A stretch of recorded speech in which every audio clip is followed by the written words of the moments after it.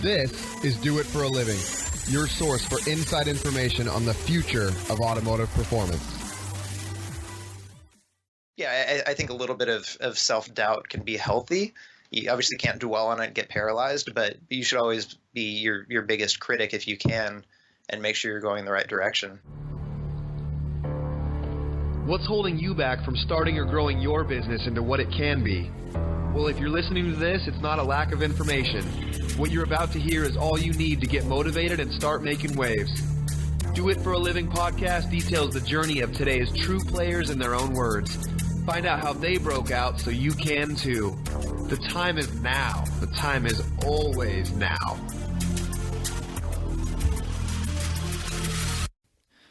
Welcome back to another episode of Do It For A Living. I'm Kevin Dubois. Today we've got Zach Denney of ECU Master USA.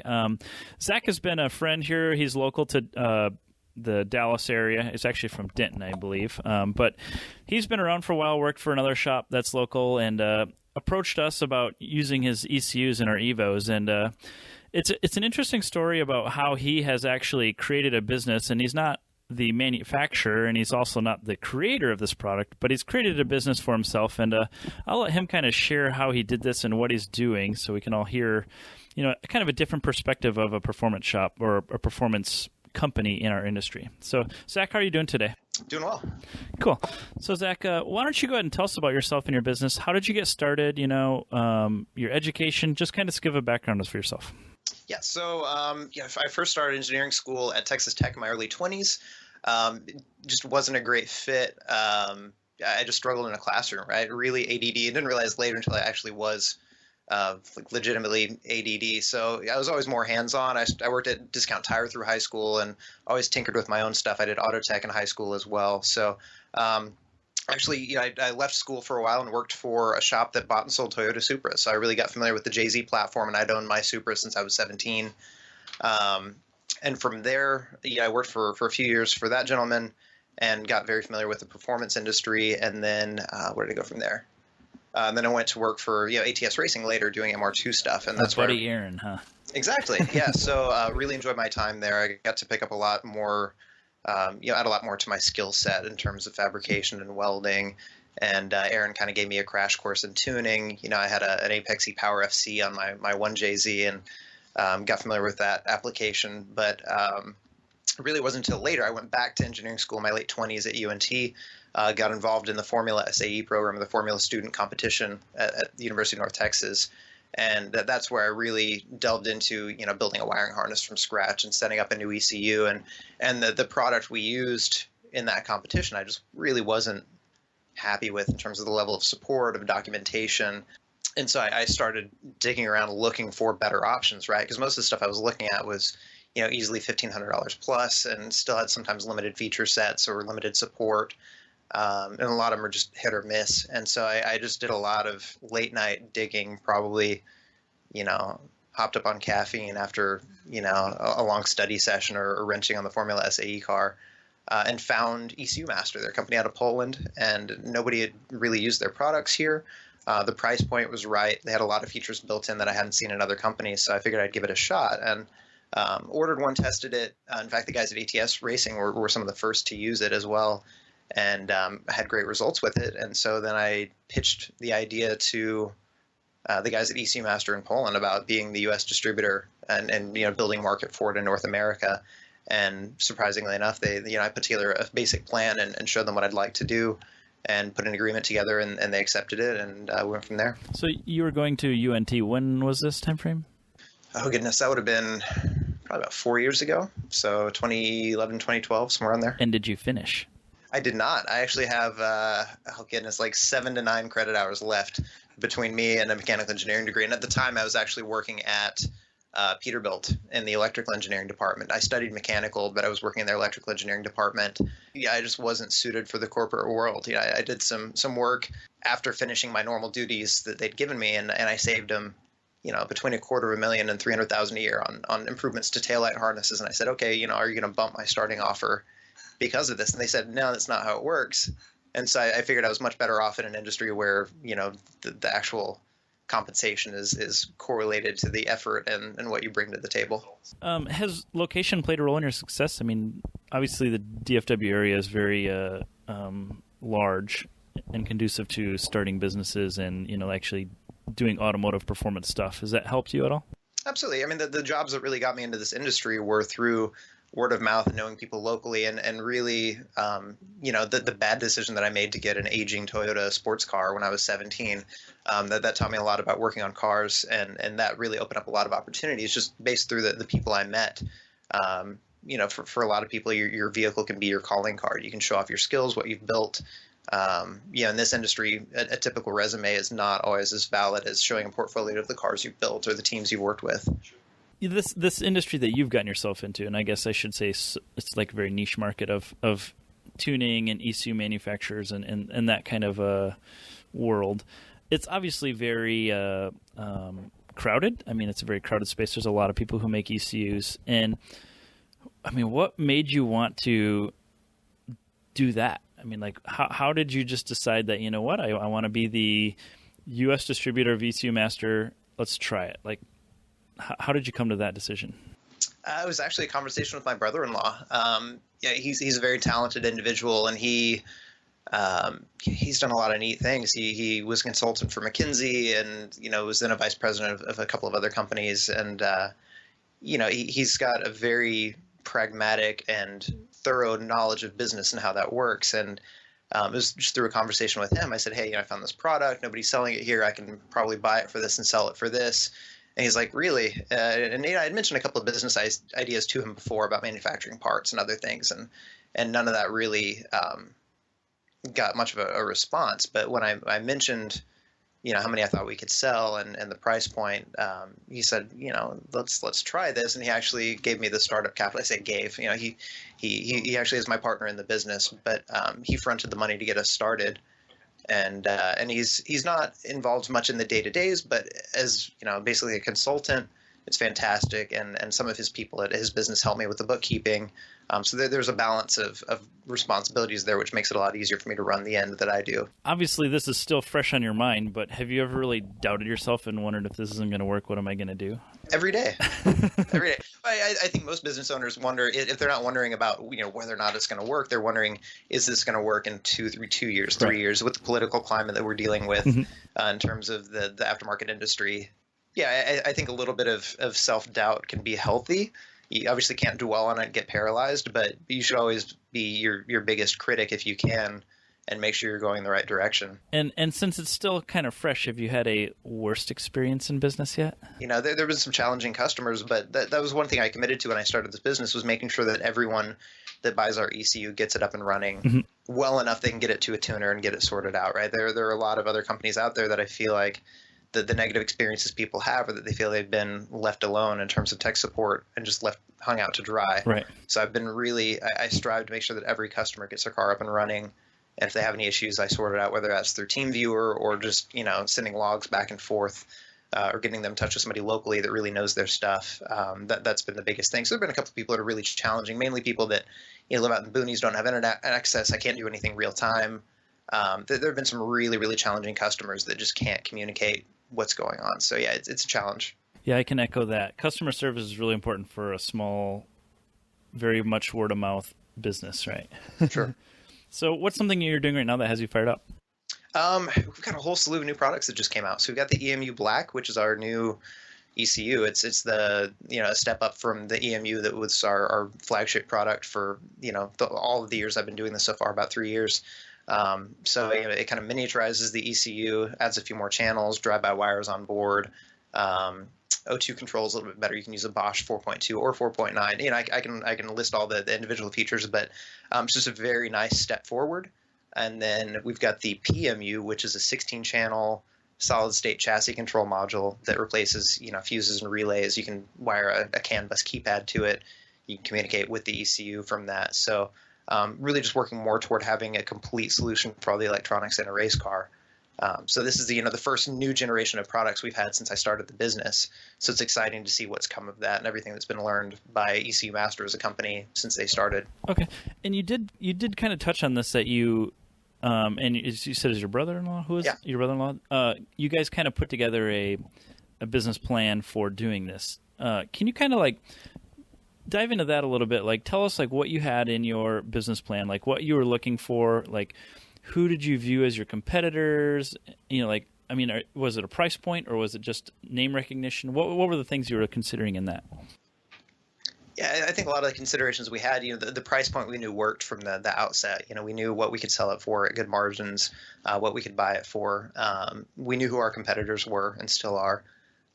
We could, be really competitive with them on price, but also for me, the biggest thing was support. I'd had some really bad experiences with other products, and many shops have, right? So many shops have changed their loyalty to a particular ECU just based on the support they receive, which is critical when you're on the clock trying to get a car out of the shop. So the business plan, a lot of it was built on, getting the name out there any way we could, and doing that affordably, but also offering tech support that makes sure that everyone gets their car running. To me, that was huge, kind of a no man left behind policy.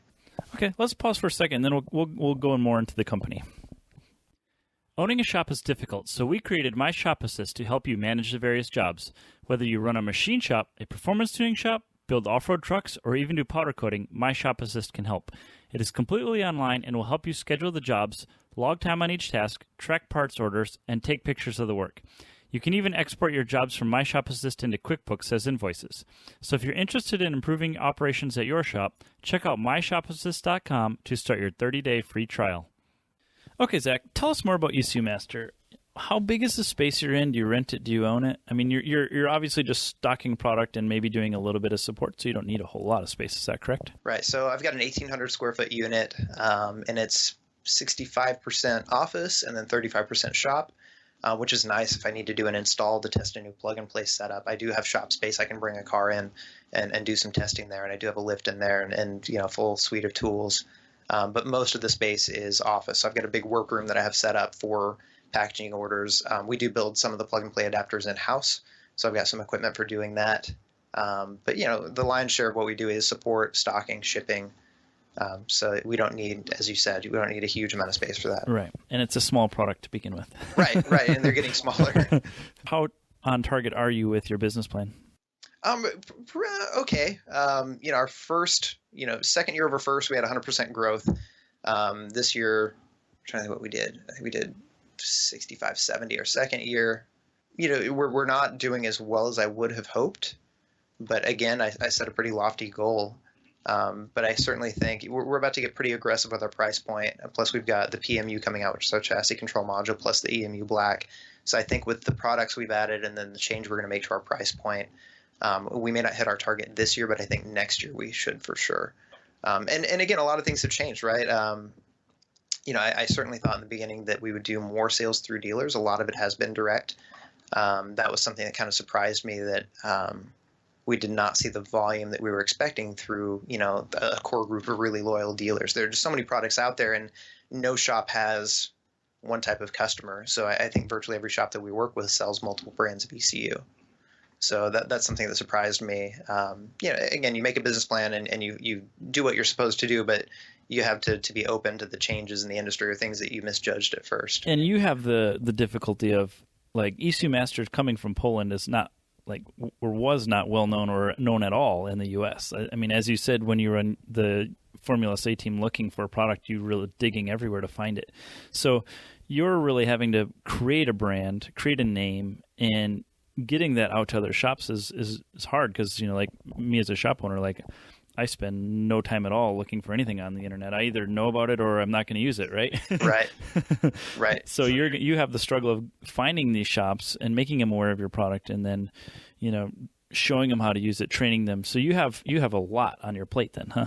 Yeah, and I don't know. I can't imagine how the guys in Europe do it because they actually have to develop the product, develop the software. All the product development, design, and software design is all done in-house. So, yeah, they've got even more to do than I do. But, their plan from the get-go was to offer it at a very affordable price point and let it grow organically. I started off at a little bit higher price point than the guys in Europe, but I also wanted to make sure that I had money coming in to offer the support at a level that I expected of myself. So now we're actually going to go back more to the probably the European model, which is offered at a very competitive price point.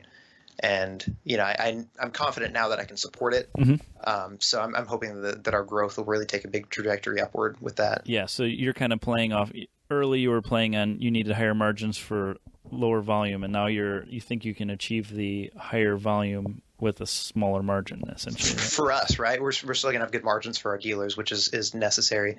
But most of my dealers, I spoke with virtually all of them at SEMA, and they were all pretty excited about the price point that we're gonna move to. How many employees do you guys have? Is it? I know everywhere I go, I see you as somebody. So you obviously have people helping you, right? I have people helping me. I do employ someone part-time for social media. Again, my business partner has someone that does all of our bookkeeping. I don't have anybody full-time yet. That's on the very near horizon. But in terms of putting stuff in boxes and watching it go away, I don't need an employee, and I can't comfortably support one yet, just because our inventory has to grow as demand grows. So it's on the very near horizon. Probably next year around tax time, I'll probably bring someone on full time. But the big gain there is going to be freeing me up to do more development on plug and play setups and building harnesses for production, to make your product more easy for customers to buy and apply to their application. Yes, which I'm out of time to do that now, which has kind of cramped our growth a little bit, and that's one reason I attribute growth not being as strong this year, is because I've spent all my time maintaining things rather than growing them. How many hours a week are you working? I would say at least probably 60. Okay. And most of that is sales, or what are you doing at sales development? A little bit of everything? Really, it's pretty well split up. A lot of it is, working with the guys who create media for us and do our marketing. A lot of it's working with current dealers supporting products, doing tech support via email, whether it's just cleaning and organizing the shop, which is a constant battle.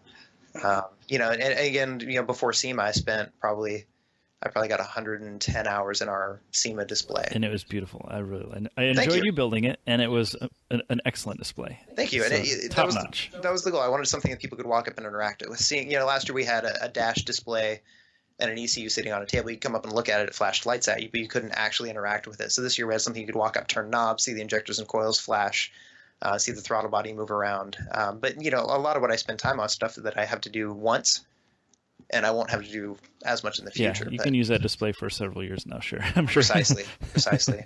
Okay. And you don't are you married or kids or anything like that? Okay. No, I have a so cat. You don't have anything holding you back from the number of hours you can work? No, and if I still enjoy it, right? That's the key thing, that this industry has a lot of challenges, but one of the nice things is that there are a lot of great people in it.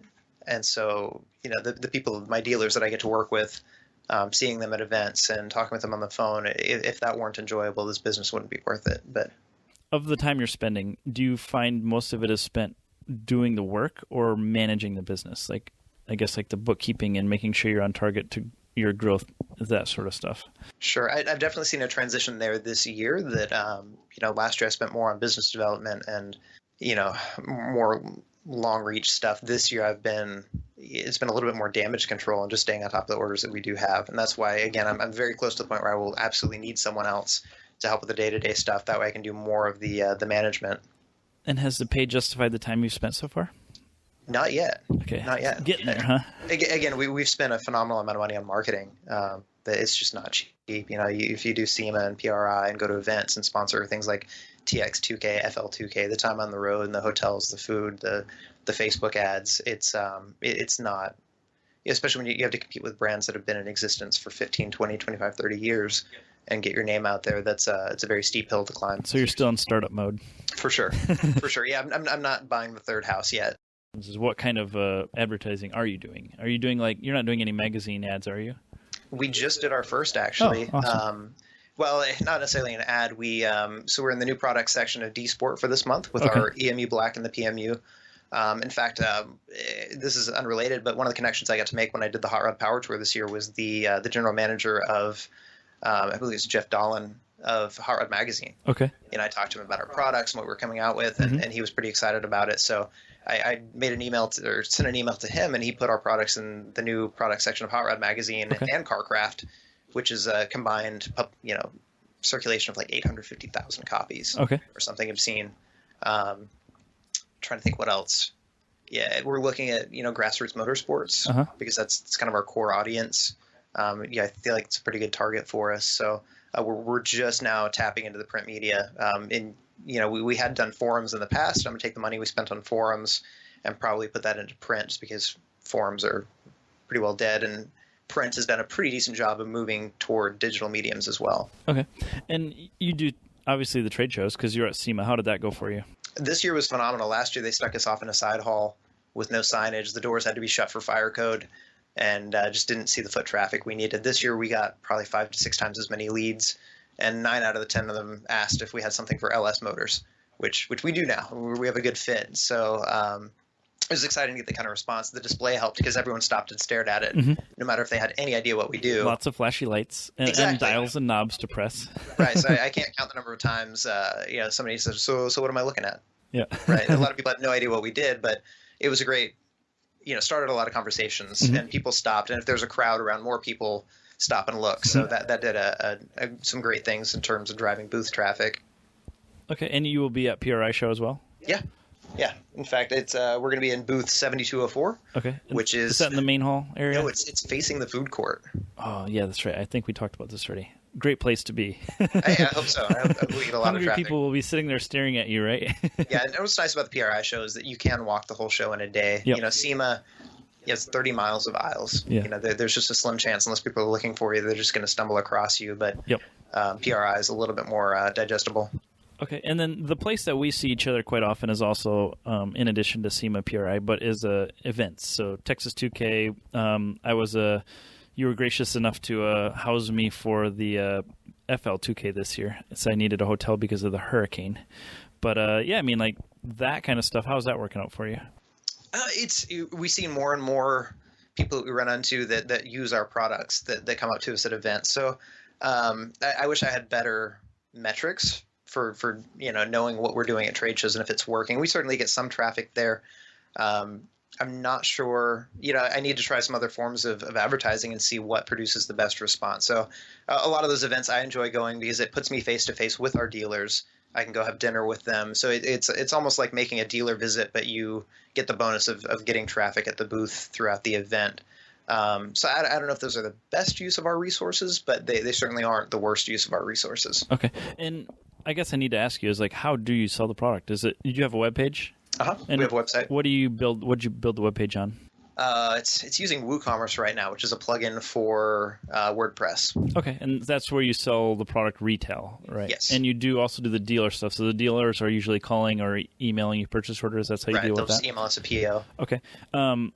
With your web page, have you say you don't really know if you're doing where the leads are coming from. You're doing a lot of different marketing, but I guess that's when you see people buying things and then there's a survey after you purchase it. It's how did you hear about us? Have you considered or done that at all? I should. Trade show or give people coupon codes for different, if you go to an event, here's a coupon code, right? Right. So that way you can track how they are finding out about you, right? We certainly can. I should probably do a better job of that. For me, a lot of it is, I can track where we met most of our dealers, whether it was through being in the super community forever, if I met them at a trade show, if they reached out to us. I get a lot of responses where people say they've seen us all over Facebook. I feel like I've got targeted ads on Facebook dialed in pretty well. Okay. So you are doing some of that? Yes, okay. Lots of that. And that's fun because you can look at the metrics. It's almost like playing a game on your phone, right? You're trying to get the lowest cost per interaction, but still have interactions and meaningful ones, right? So for me, I can tell you, within a couple of years, the age range of our audience, where they live, what they're interested in, and being able to focus our ads based on that on Facebook means that we don't have to spend as much on marketing. You have built your own car. So you have your own vehicle that you kind of use as marketing. You had it at the FL2K event, right? Sure. Have you used that anywhere else? Yeah. In fact, I did the Hot Rod Power Tour this year with the SEMA Young Executives Network, which meant that I got to drive it, 2,500 miles and get lots of good photos of it at events. I've taken the car to TX2K. I'll put it on display when we go to drift events. We're a sponsor of the local drift series here in Texas, which is Lone Star Drift. It's a pretty good calling card, and it's a unique enough car. Not many people are doing that generation Supra or doing it very well. So it stands out with having to spend a fortune building something to get people's attention. And you touched on the SEMA Yen, which is their Young Executive Network. And for people who aren't aware of this, and I don't know how well it's known about, but it is a pretty cool. It's a subcommittee or a subgroup within the SEMA umbrella, and it's really driven to get young people involved in, cars, I guess aftermarket stuff. So racing, off-road trucks, all that sort of stuff. And so you were invited to go on the Hot Rod Power Tour with them. But you've also participated with them in other things as well, as far as they have the launch pad. You did the same thing we did. You applied for. We weren't selected, but they have a business. Essentially, it's like a entrepreneurship contest, right? So you pitch your business in front of a bunch of executives at the SEMA show, and the prize is a SEMA booth the next year, right? So you've done that. You did the SEMA Yen, the reception, right? The party, I guess, right? You were there. So you're actively involved in all these other like networking things as well, right? Sure. Okay. To touch on more of your sales, do you find it easier to sell directly to consumers or through the shops? Certainly, I mean, the margins are better with the consumer, right? I mean, that's the incentive there. If I had my way, like, I still don't mind customer interactions. It keeps me sharp in terms of supporting them and doing diagnosis with, trading logs back and forth. So I don't mind the support there. Dealers are useful, but again, I want to be able to reach everyone, and a lot of people they don't have a relationship with the dealer, or they don't find their website. So for me, in the beginning, I was naive. I thought that dealers would really push our product very hard, and then the more and more I've realized that we have to drive that demand from the bottom up. We have to appeal to the consumer, and then the consumer buys it wherever's most comfortable for them. So I don't really want to limit their options there. But I do enforce MAP pricing very aggressively to make sure that we're not competing with our dealers. They're not competing with one another by offering, goofy store coupon codes and things of that nature. That I want it to be possible for everyone in this industry to make money and have margin to support the customer. But depending on the dealer, a lot of the burden of support still lands on me. So I don't ever want to give up retail sales, because I feel like I've earned that by marketing the product and finding them, right? If I'm going to grind out the sale, I'm not going to give up all my margin to someone else. Right. That's a good point. What's something you're doing differently that kind of sets you apart from others that maybe they haven't thought of that you have?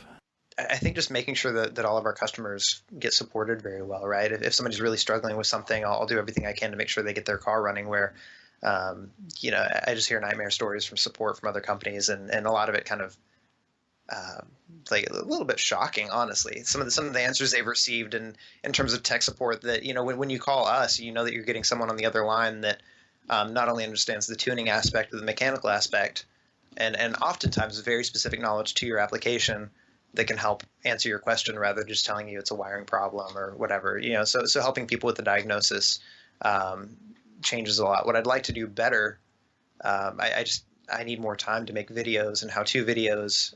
We just started doing training classes, which there's been a lot of demand for that even after the class, that the demand ramped up. So I'd like to do lots more of that hands-on, showing people how to get the best results out of their car. And that's actually something that's become more and more popular to do, is teaching the class on how to use your product, because it's not just you having to support people one at a time over the phone. You can get 5, 10, 15 people in a room at the same time and show all of them. So you really cut down your it may be a bigger expense having to rent a room and fly someplace to train all these people, but you can get all these people in one room at one time and just spend a day doing it instead of 15 days, one person at a time, one day a person, Precisely. Well, and your costs are covered, right? They pay to be at the course. So, there's no expense on my end aside from losing a weekend, which those are becoming more and more precious to me. How many of those classes have you done? Just one so far. Just did one in Texas. I'm working on scheduling the next one, probably on the East Coast somewhere. One after that would be on the West Coast somewhere. So I'd like to rotate through, Central, East, or West, and offer that to where people don't have to travel as far. Okay, so you're teaching the class. That's one way to get you're training the people about your product. I mean, it's kind of similar to like EFI University, where they teach you like how to tune, but they don't specify a platform. They just kind of teach you the theory of it. You're taking it and taking that theory and applying it to your product is kind of the idea of the class. Is that correct? Right. And I would love to teach a 2-day class just on theory, right? I feel like, my favorite subject in engineering school is thermodynamics. And that's literally all an engine is like applying thermodynamic principles and, compressing stuff, lighting it on fire, and seeing how much work you can get out of it, which is fascinating to me. But I try for a real balance in the class to offer people enough theory to understand what they're trying to do, not overwhelm them with it, but also give them practical knowledge, right? You can teach theory for weeks and not offer people anything that's useful in helping them get their car to fire off the first time. Mm-hmm. So it's a balance. I don't have enough time to do a thorough job of one or the other, but in 2 days, I want to make sure that a customer understands, they should come in with the basic idea of how the mechanical parts move in an engine, but leave with an understanding of what's happening in the combustion chamber, how the ECU affects that, and how they get their car started running and driving and tuned by the end of the weekend. Okay. And are the people taking the first class, were they mostly shops or were they mostly like end consumer, like people who are buying the ECU as retail customers? It was mostly end users, right? And the way I pitched the course, the cost of the course is not much compared to the cost of having your car tuned, right? And you're probably going to make parts changes on your own car. You'll have to get it retuned later. So why not spend the money, gaining some useful knowledge and being able to tune your own car from then on out. And for a lot of people, it's fun, right? Tinkering with it, making a change here and there. A lot of people enjoy it. A lot of people don't. A lot of people just want to write the check and get the car running. And yeah, I was going to say that's part of the selling point of buying a standalone for a car is that they can do whatever they want to it, right? Precisely. But if you don't know what you're doing to it, then it's kind of a waste of money. And then that's the one where you need like a an LS1 package with your ECU with the base map already loaded on it, essentially, Sure. right? Okay, let's take another break here. The goal of Do It for a Living is to give you insight to how others have become successful in this industry. Another thing we created to help with this is our Essentials of Operating a Shop seminar. This new class from EFI University is a one-day management seminar to help aftermarket automotive shop owners operate their business more efficiently. We cover various topics including employee management, accounting, marketing, purchasing capital equipment, and many more. We're holding our next class in Indianapolis, Indiana at the PRI show on December 7th. For more information, go to EFI101.com and check out the Essentials of Operating a Shop page. And be sure to use coupon code DIFAL for $50 off when you sign up. All right, Zach, so let's kind of move forward here and let's talk about what you're wanting to do moving forward. Do you have a one-year plan? I do, and especially with the new products that just came out recently. That's changed a little bit in the very recent past. But I changed direction really. I've been mulling it over. I've always wondered if our price point was right, or if we should go after the same price point as the guys in Europe, because they've done huge volume. They're doing, I want to say, 500 to 600 ECUs a month, and they've shuttered a couple of other competing ECU companies over there just because they've driven out a lot of their competition by offering a very competitive product at a very affordable price. So, I'd like to take that tactic now and really disrupt the market. Okay. What's the 5-year plan? 5-year plan would be to, if I'm not enjoying it after 5 years, obviously I want to grow it, but to be ready to sell it and move on to something else after 5 years. I've got a goal in mind of a number that I think the company should be worth in 5 years. And at that point, if somebody wants to buy it, great. If not, then, if I'm still, loving it and, the money is right, I've got no problem continuing to do it. But certainly, I think the reason that so many entrepreneurs start a business is because of the challenge and the diversity and doing something different. And if I'm honest with myself, I might hate cars after 5 years and want to go build sailboats or do something completely different. So I'd like to be prepared and at a number that I have in my head to where I would have enough money to invest comfortably in something very low risk to be able to kind of have the flexibility to do something different and take another risk at the end of that 5 years and do something else. I don't think anybody ever thinks about exit strategies, and more or less most people are the exit strategy that most shop people need to have is if you're not making money, when do you bail, right? For most of us, it's not like, oh, I'm making so much money at my shop, I'm just going to sell it, because that almost never happens in a performance shop of things. I think the sole exception to that would be like Cobb Tuning, where it was actually a shop that morphed into ECUs essentially, and now they are sold for multi-millions of dollars. I mean, most shops you look at, the owner is too much a part of the value of the business, right? Right.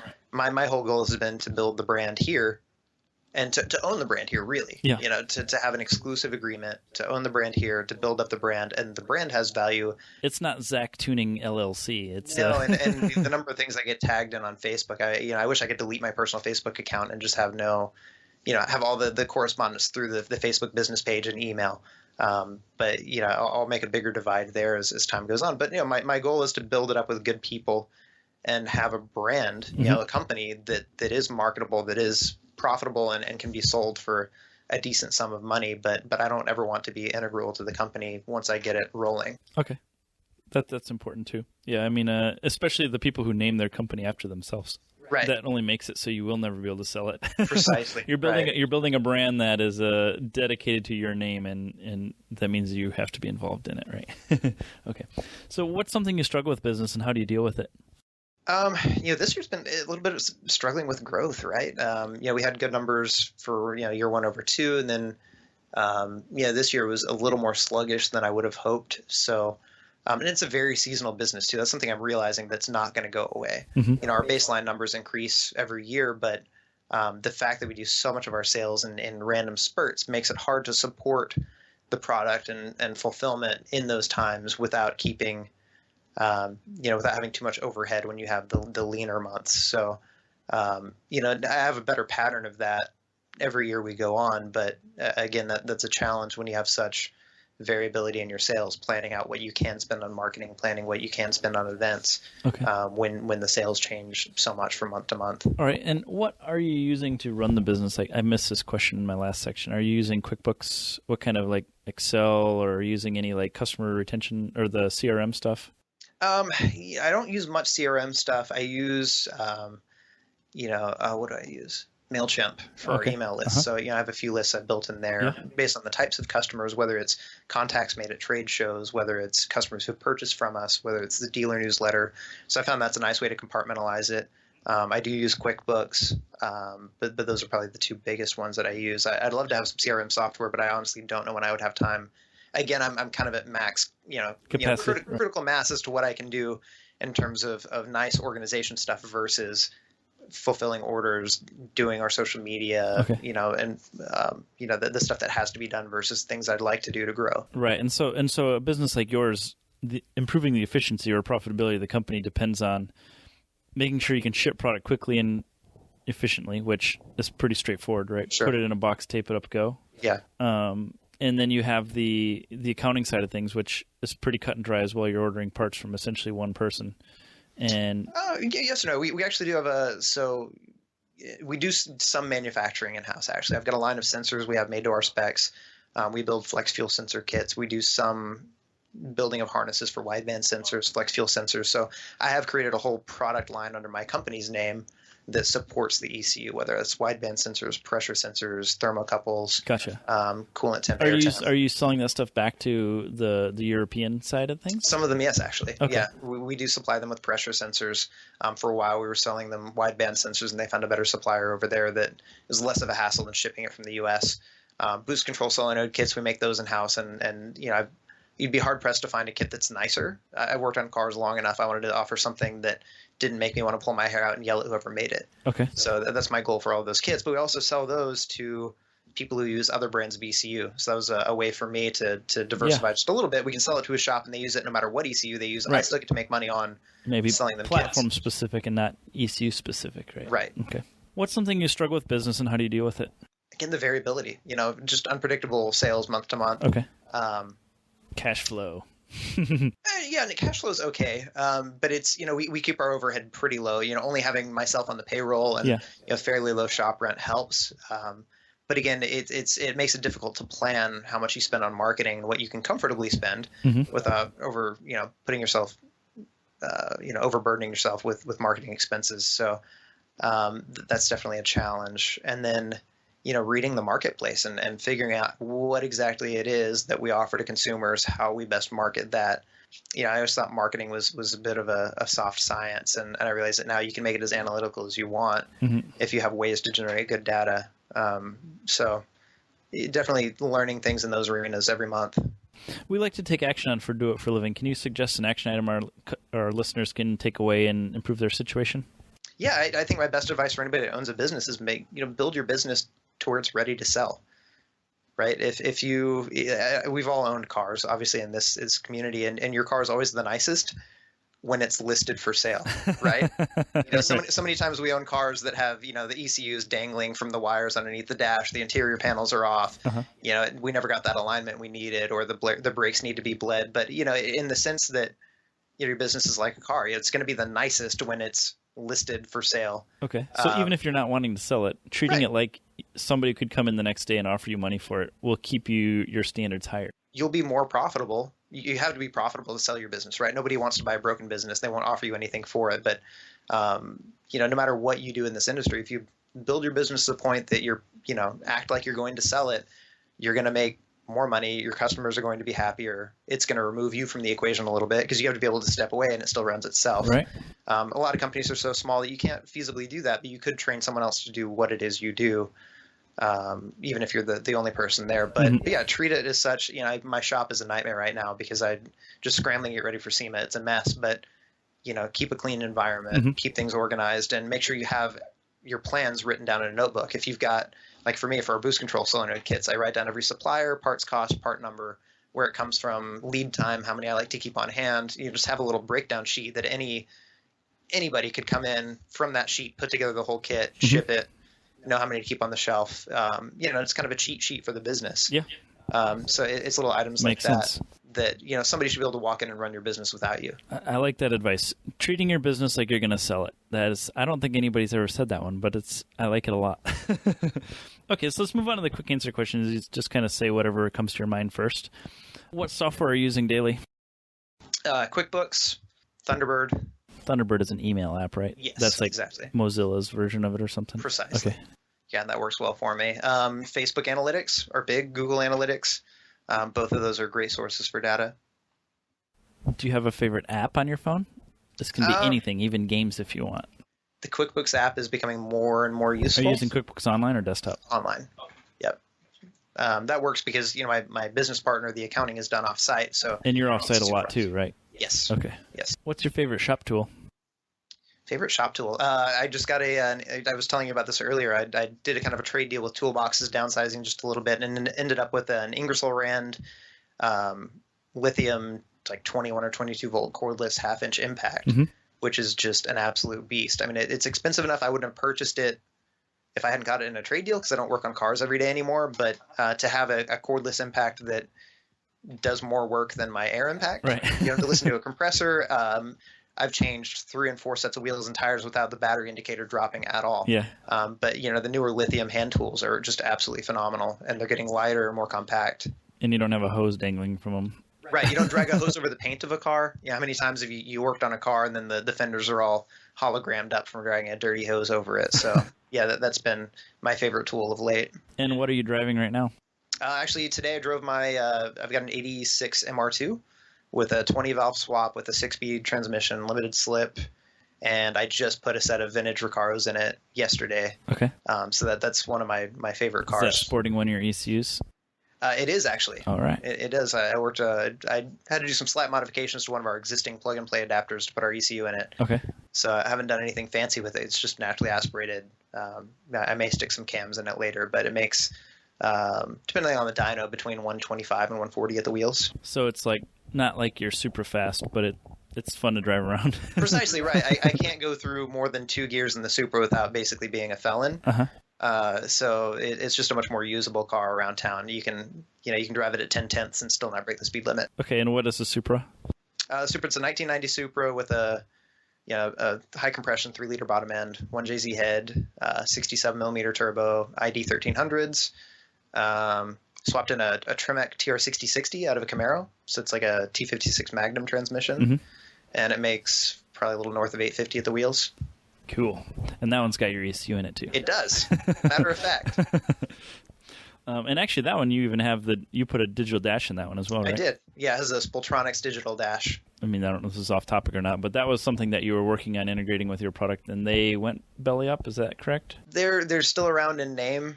There's some interesting things. They do not have a product currently available. I'll put it that way. So I certainly hope that they're able to kind of restructure and get things out there. But they lost their screen supplier that they were using and had to start from scratch, and things went a little awry. That's a little difficult when you spend time integrating it into your product and then you can't sell it, right? Yeah, well, it's not bad. I mean, all we had to do was send them our CAN protocol, which is pretty easy to do. But, on our SEMA display, we had an AIM dash. We've got compatibility with RacePack, Race Technology, Motec.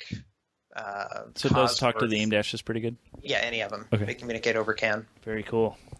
Okay, and what do you think the future of automotive performance is going to be?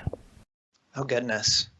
I don't like to look too far out because, you know, fossil fuels are eventually going to get phased out, but we don't have any solutions right now. We just don't have the resources to give everyone an electric car, and they don't fit every need yet. And they have massive heat problems. The ones that, like the Tesla, you can't road race those yet. So. No, certainly not. People love drag racing them, though. There was a Model X that tore a bunch of people up at FL2K. That was pretty amusing. Yeah, there was some other event where somebody was doing brackets with let's say it ran like a high 10 or bottom 11 consistently. Yeah, the Model X was the Model X was running, I think, 11.6 something. Yeah, 11.6 or 11.7. And I think the Model S 100s, the P100s they're like low 11s, I think. Yeah, I think somebody cranked off like a high 10 with one, which is pretty impressive for electric sedan. Right. You know, certainly electric stuff is interesting. I just don't know what the timeline looks like with that. So, you know, I think we'll still see a lot of improvements in combustion engines. I'd love to see diesel hybrids. To me, that's a common sense. Like, why don't we do more of this type deal? I don't even know if anybody in Europe is doing diesel hybrids, but that could be interesting. But you know, I can't see that far out. But the electric stuff is going to become more and more a more sensible choice as we go on. So you're going to have to make current controllers or some kind of electric motor control. Precisely. Okay, and how do we connect with you and your company? Yeah, you can find me via email. You can always just email sales@ECUMasterUSA.com. We have a Facebook page, which is ECU Master USA. Our website is ECUMasterUSA.com. There's a trend here. Basically, search for ECU Master USA anywhere, and you can find us. Awesome. Well, Zach, I really appreciate you, and you actually came to the awesome Do It for a Living studios here. Yes. And I appreciate you for coming over and telling us your story. No problem. Thank you. Thanks for listening to Do It for a Living. You can find out more about this guest, this show, and even details about what we just talked about at our website, doitforaliving.net. Check out the Facebook page at facebook.com/doitforaliving and tell us who you want to hear from. And most importantly, subscribe to the podcast. Click subscribe. Do it now. Seriously. I'll wait while you grab your phone. Open up the